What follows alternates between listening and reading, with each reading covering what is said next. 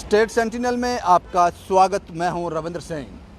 जिन कानों तक हम आवाज़ पहुंचाना चाहते थे उन कानों तक आवाज़ पहुंच गई और हमें ये जानकर बेहद खुशी हुई कुछ कान जम्मू कश्मीर यूटी में हैं जो आवाज़ सुनते हैं अभी भी। कल हमने आपको एक खबर दिखाई थी जिसके अनुसार जम्मू में जो एयर शो होने जा रहा है वहाँ जो सरकारी स्कूल के बच्चों को इनवाइट किया गया था वहाँ बहुत से बच्चे अनकॉन्शियस हो गए क्योंकि वहाँ पानी की कोई भी अरेंजमेंट नहीं था, खाने पीने की कोई भी अरेंजमेंट नहीं थे और बच्चों को ये कहा गया था जो भी आप खाने पीने की चीज़ अपने साथ लेके आए हो, आपने साथ जो पानी लाया है उसको बाहर गेट पर ही रखना है, आप अंदर नहीं ला सकते। और कल गर्मी बहुत ज़्यादा थी, उसका असर ये हुआ कुछ बच्चे बेहोश हो गए। वो हमने आपको कल दिखाया। अब पार्ट 2 उसका फॉलोअप, जैसा कि मैंने कहा कुछ कान ऐसे हैं, खुशी हुई, कुछ कान ऐसे हैं जो सुनते हैं अभी भी, बहरे नहीं हैं। और आज फिर एयर शो था, उसमें असर दिखा उसका।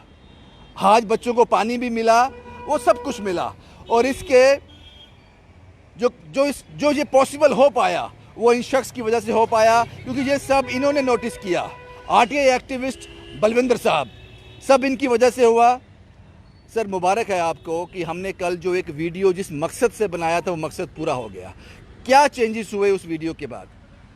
रविंदर जी, पहले तो मैं स्टेट सेंटिनल को भी मुबारकबाद देता हूँ कि जब भी आपको मैं कभी कॉल करता हूँ, पब्लिक इशू पे कॉल करता हूँ तो आप उस वक्त आते हैं क्योंकि आपकी व्यूअरशिप बहुत ज़्यादा है और सरकार तक आपकी आवाज़ पहुँचती है। बड़ी गौर से सरकार के लोग सुनते हैं कि रविंदर सिंह क्या बोल रहा है, तो वो सुनते उनको सुनना पड़ता है। आप मजबूर कर देते हैं उनको आपकी बात सुनने के लिए और तभी आपके चैनल को मैंने चुना। तो देखिए, कल मुझे जहाँ भी आज तक पिछले 13-14 साल की मैं पब्लिक लाइफ में हूँ, जहाँ जहाँ मुझे कोई प्रॉब्लम पब्लिक के रिलेटेड कोई मिलती है तो मैं खामोश नहीं बैठ सकता, मैं उसको हाईलाइट करता हूँ। और मैं ये भी दावे से कहूँगा कि आप कम से कम मेरी चीज़ों का 90% सक्सेस रेट रहा। जहाँ जहाँ मैं कुछ काम करता हूँ तो उसका सक्सेस रेट मिल रहा और हर दिन मुझे और इनकरेजमेंट मिलती है। नहीं रविंद्र सिंह जी, अगर आए हो दुनिया में, अगर आए हो तो पब्लिक के लिए कुछ करके ये भी हमारा फ़र्ज़ बनता है कि अपने साथ किसी के साथ होता जुल्म देखेंगे तो ज़रूर बोलेंगे। तो कल जब हमने जब शो शुरू हुआ उसके कुछ ही देर के बाद, आधे घंटे के बाद ही मुझे मैसेज आने शुरू हो गए, अंदर से वीडियोज़ आने शुरू हो गए, पेरेंट्स के आने शुरू हो गए, भाई ये देखिए हमारे साथ क्या जुल्म हो रहा है। अब वहाँ बच्चा गिर गया, किसी की बच्ची अभी फिर गिर गई, फिर फ़ोन आ जाए जी एक बच्ची और गिर गई। गिनते कहते 8-9-10 बच्चियाँ जब गिरने लगी तो फिर मुझे लगा कि ये मुद्दा वाकई है, इसको जो सरकार है इस तक पहुँचाना चाहिए। वो इशू क्या था, क्यों गिर रहे थे बच्चे? इशू ये था कि डायरेक्टर स्कूल एजुकेशन और जॉइंट डायरेक्टर स्कूल एजुकेशन ने एक आर्डर निकाला था। उस आर्डर के तहत उन्होंने 16 स्कूलों के जो गवर्नमेंट स्कूल्स के बच्चों को वहाँ इनवाइट किया गया। और रविंद्र जी, एक बात कहूँगा, जो हमारे पास इन्फॉर्मेशन थी वो गवर्नमेंट स्कूल की थी, लेकिन बाद में यह पता चला कि इन्होंने प्राइवेट स्कूल भी 16 बुलाए थे। तो जब गवर्नमेंट स्कूल्स के बच्चों को जब इन्होंने वहाँ बुलाया, नीचे 2 इन्होंने कंडीशन लिख दी, भाई कोई भी किसी बच्चे को वाटर बोतल अलो नहीं की जाएगी, अंदर लेके नहीं जा सकता। तो ठीक है, अगर आप किसी को इन्विटेशन देते हो, जब हम किसी मेहमान को घर बुलाते हैं तो उसके लिए हम ये इंतज़ाम करते हैं। अगर उसको मना करते हैं तो वाटर बोतल नहीं लेके आएगा, ये फिर एडमिनिस्ट्रेशन का फ़र्ज़ बनता था, स्कूल एजुकेशन का फ़र्ज़ बनता था, सिविल एडमिनिस्ट्रेशन का फ़र्ज़ बनता था कि पानी हमने उनको मना किया।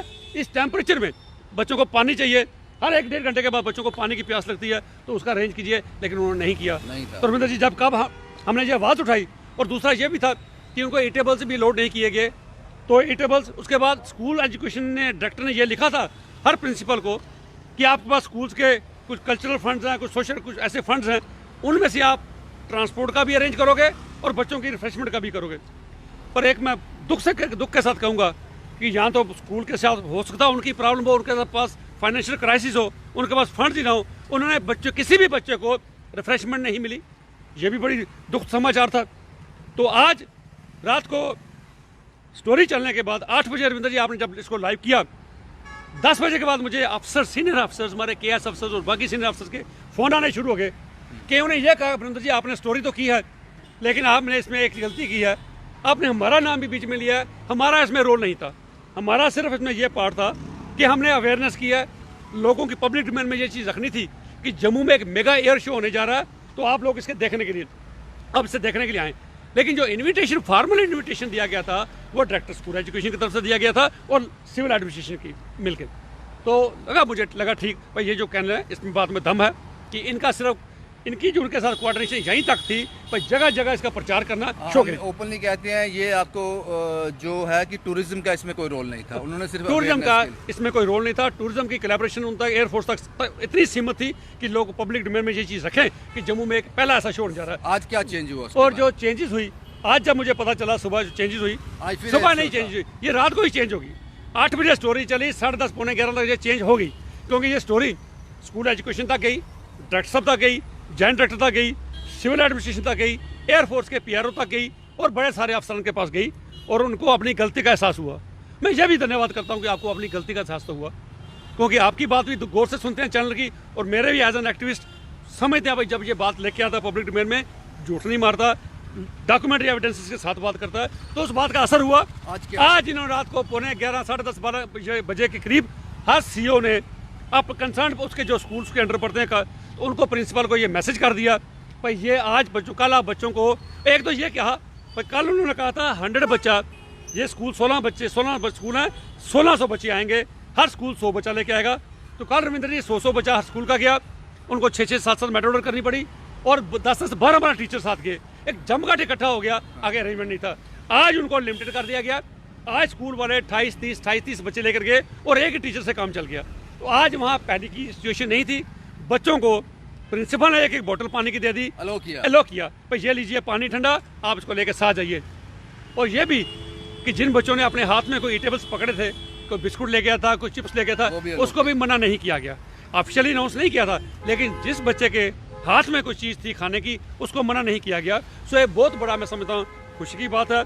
स्टोरी अगर कोई करता है, इम्पैक्ट इसका होना चाहिए, जब इम्पैक्ट होता है और ज़्यादा तसल्ली होती है कि अगर हम किसी इशू को लेकर जो पब्लिक डोमेन में हमने ये इशू रखा और सरकार ने सुनी और सुन के ये उसमें अमेंडमेंट की गई। और मैं ये कहूँगा सरकार को कि आने वाले दिनों में आपके लिए इस चीज़ से सबक लेने की ज़रूरत है।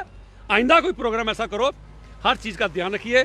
आपके पास रिसोर्सेज हैं, आपके पास फंड्स हैं, आपके पास हर चीज़ है। हमारे पास तो सिर्फ एक नज़र देखते हैं तो पब्लिक डोमेन में बात ले आते हैं, आपके पास हर चीज़ है, सरकार हर चीज़ कर सकती है। फ्यूचर में भी 15 अगस्त में भी, 26 जनवरी रिपब्लिक डे पे ज़रूरत नहीं पड़ती पानी की, लेकिन कम से कम 15 अगस्त को मैंने स्टेडियम में जैसे कहा, सब जो वीवीआईपी लोग हैं वो सेंट्रल पवेलियन में बैठते हैं, बहुत बड़ा शेड बना हुआ है, 2-2 मिनट के बाद कोई ना कोई चीज़ वहाँ सर्व की जाती है। लेकिन फिर वही सरकारी स्कूलों के बच्चे या प्राइवेट स्कूलों के बच्चे ओपन उस गर्मी में ओपन सनलाइट में बैठते हैं, वहाँ भी उनको बोतल मना की जाती है, भाई आप पानी की बोतल नहीं ले जाकर। अब मैं समझता हूँ कि इस चीज़ का डायरेक्टर स्कूल एजुकेशन भी जरूर संज्ञान लेंगे। भाई आज तो उन्होंने ठीक कर दिया है हमारी बात को सुनकर, आने वाले दिनों में जब 15 अगस्त होगा इस बात का संज्ञानता, इस चीज़ का याद तभी रखें। एक्टिविस्ट बलविंदर साहब ने जो नोटिस किया वो निडर होकर आपके सामने रख दिया, और शुक्रिया उन सुनने वाले कानों का भी जो पूरी तरह से बहरे नहीं हुए, जिनको लगा कि वाकई ये इशू जेन्युइन है।